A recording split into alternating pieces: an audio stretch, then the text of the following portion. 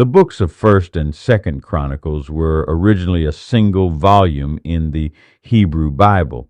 Together, they form a historical retelling of Israel's story, focusing especially on the Davidic line, temple worship, and covenant faithfulness.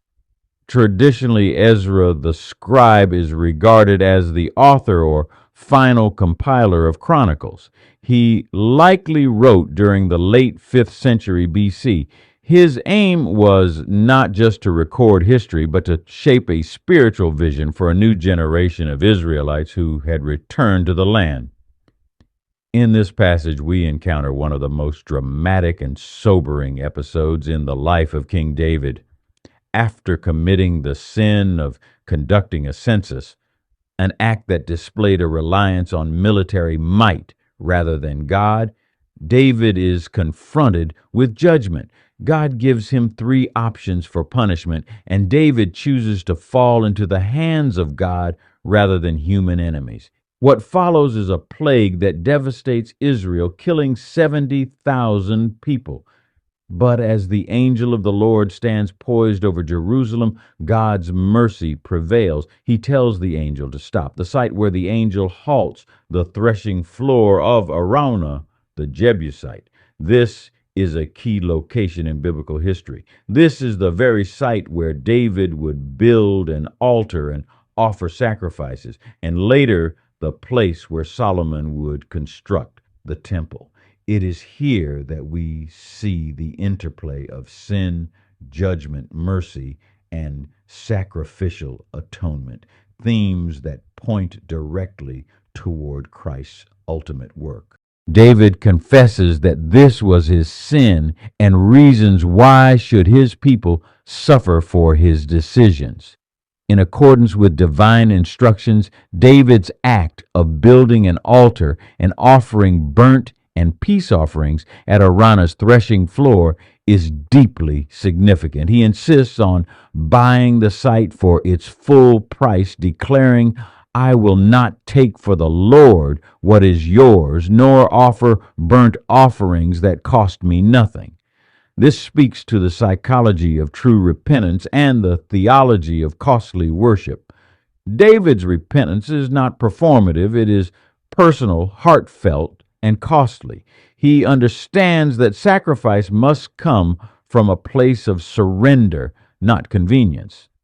David buys the thrashing floor, constructs an altar, and offers a burnt offering. The moment God sends fire from heaven to consume the offering, we see divine approval of David's act of intercession. The fire represents God's holy presence and acceptance of the atonement.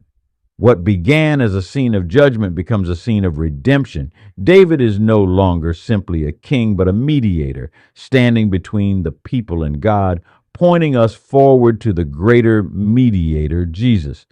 This passage in 1 Chronicles beautifully sets the stage for understanding the superiority of Christ's once-for-all sacrifice, as explained in Hebrews 9:23 through 28 and 10:1 through 14. Under the Old Covenant, sacrifices like David's were necessary to temporarily atone for sin.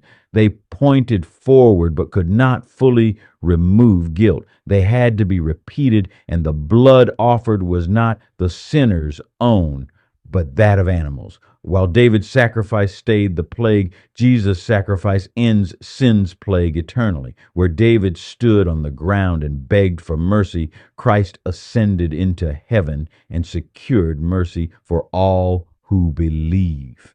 Sin has real consequences, not just for individuals, but for entire communities.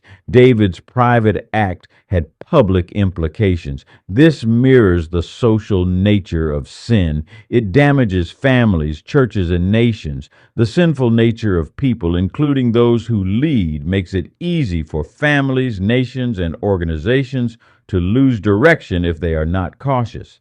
But just as sin spreads, so does grace.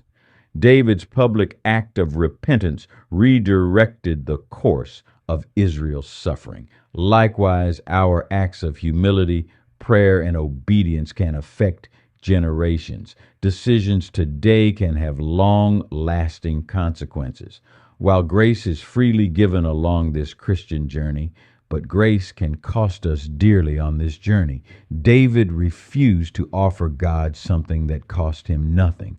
We must bring our best to God. Real worship, like real love, involves sacrifice, time, energy, forgiveness, generosity, and obedience. Remember that Christ's sacrifice is sufficient. We do not need to carry the weight of guilt or try to earn God's approval through ritual. Our response should be one of gratitude and bold faith, risking that which we hold dear. That's the lesson for this week. Have a great week.